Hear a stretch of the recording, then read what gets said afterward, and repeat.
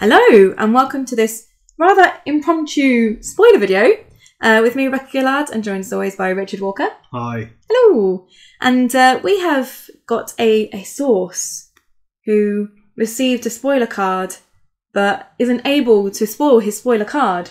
So we will be spoiling it for them. Yeah, well, Cincinnati doesn't really play anymore. Cincinnati in general. Cincinnati Joe, I said. Oh, okay, I just heard Cincinnati. Yeah, Cincinnati Joe doesn't play anymore. Yeah. Well, he kind of does, but really casually. So Joe received the spoiler. Doesn't really have any time to publish the spoiler, so he's given us the spoiler, so we can publish the spoiler. Yeah, so we can spoil the spoiler. Let's spoil the spoiler. The spoiler that Joe's Cincinnati thingamajiggy got. Yeah, so we don't have time to create a deck and play a game with it because we understand that it's going to be released in the UK this week, coming week. Yeah. Which means all the cards will likely be spoiled on Card Game DB on Monday around 4 PM UK time. Mm-hmm. So there's no point in doing a game and spoiling the spoiler if the spoiler will be public knowledge by less than 24 hours time. So however, without further ado, should we spoil the card? Yeah, let's spoil the card. So, dun, dun, dun, dun. As you can see on the screen, we have Carl the Maid. He is a unique Greyjoy character, non-loyal, 4 cost with a military and power icon at 3 strength. He has the Ironborn trait and a reaction. After you win a challenge in which Carl the Maid is participating, either stand a warship location or stand Asher Greyjoy. He also has some flavour text. Would you like to, Richard? Sure. Carl stood over him with his longsword dripping and moonlight shining in his eyes. Which the artwork obviously really very wonderfully portrays. I really, really like this artwork. It's lovely. But enough of the artwork, because we want to talk about the card, right? Sure, okay. Let's talk about the card. Okay. Positives first? I think it's a good card. Yeah. It's pretty solid. I think it's going to be a one-off in a lot of good Greyjoy Good Stuff decks. Mm-hmm. Because Greyjoy Good Stuff decks at the moment run Big Victarion with warships, and they run Kingsmoot Asher. Yeah. And they run both of them 3 of. And Asher's generally a standard in any deck, like, you know, whichever Asher you're running, you're probably going to have Asher in a deck. Yeah. You know, she's good for so much stuff. So being able to use her again with Carl is really, really handy. And as you say, Victarion is very, very popular in the, you know, the good stuff Greyjoy decks at the moment. So obviously the Big Victarion, you kneel a warship to give him different abilities. So if you can then stand a warship, this is going to let you be able to use the same warship multiple times, just to get the most out of Victarion's abilities, basically. So that seems good. That seems good. It's a tempo advantage because you can use that warship to stand a Victarion again. So that gives you another 7 strength character to use in your challenges. It's similar with Asher as well, because using Asher again and maybe triggering that reaction from the Kingsmoot Asher, where you search a lot of cards for the card that you want. It's like a steal of the hand almost. And he doesn't even have to be attacking alone. It's just a challenge that he is participating. It doesn't even say on attack only. It's attack or defence. Yep. So, you know, you could be defending, win the challenge with him, and then you can restand a warship or Asher Greyjoy. Yeah, it's quite dangerous if you have Victarion or Asher knelt.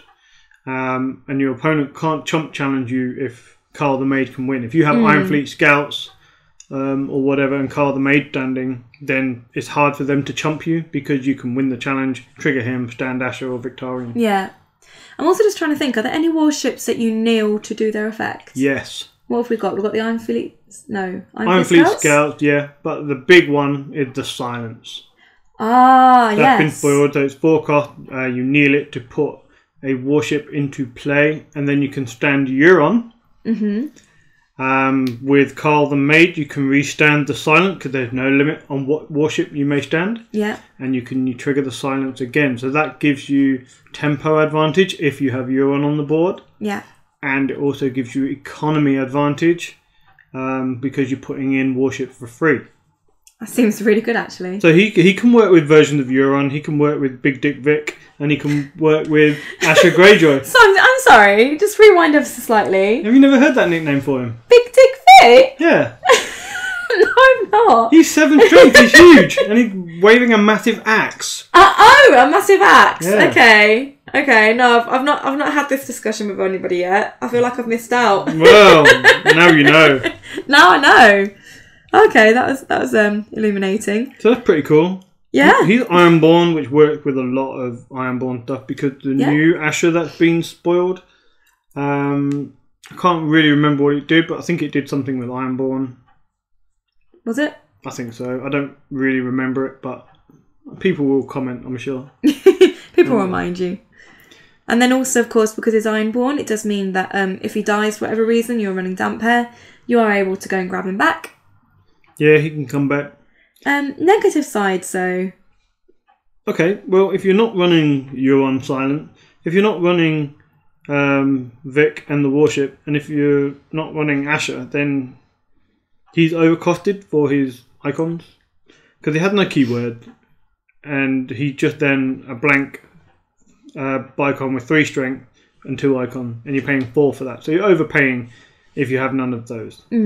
So basically, if you saw the other spoiler video about the other spoiler card that we had, that was a card that will go into a Drowned God deck. So Carl the Maid is just not a card that will go into a Drowned God deck, I think. No, he's just a card that goes into good Greyjoy decks. Yeah, he goes into big stuff decks, doesn't he? I think he'll be a one-of in there for a long time. Because he is quite flexible. Like we say, with the Silence for Euron, with Victarion, the Warship Victarion, and with any version of Asher.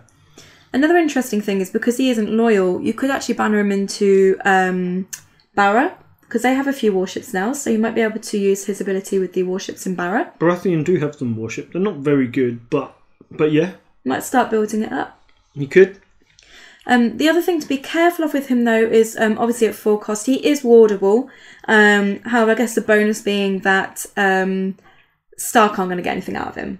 Yeah, Stark are not going to stand all their warships. And they're unlikely to stand Asher as well. So yeah, he's a 4-cost ward target that doesn't really give your opponent upside, apart from the board tempo swing. Yeah. He's not going to be like Core Theon, where you're going to take the power, or Dacey, where you're going to take power and stuff. Yeah. You know, it's nothing like that. So I guess that helps. That's fine. He's unique, so he will be a one-of. But yeah. Yeah. Can you think of anything else you want to talk about with him? Nah, not really. Should we wrap up the video now? Yeah. I've got things to do. You got Match of the Day to watch. Yeah, I want to watch that. So yeah, we hope that was interesting for you guys. Sorry that we couldn't do a video like we normally do, but you know, hopefully we've got all the same insights as we do in the full-length videos. I guess so. Of course, thanks as always to the patrons for supporting the channel. If you'd like to support the channel, you can do so at patreon.com/The White Walkers. And yeah, we should be getting round 4 of the Night of the Laughing Tree out at some point during this week. Yay. Okay, so thanks everyone, and see you next time. Goodbye. Bye.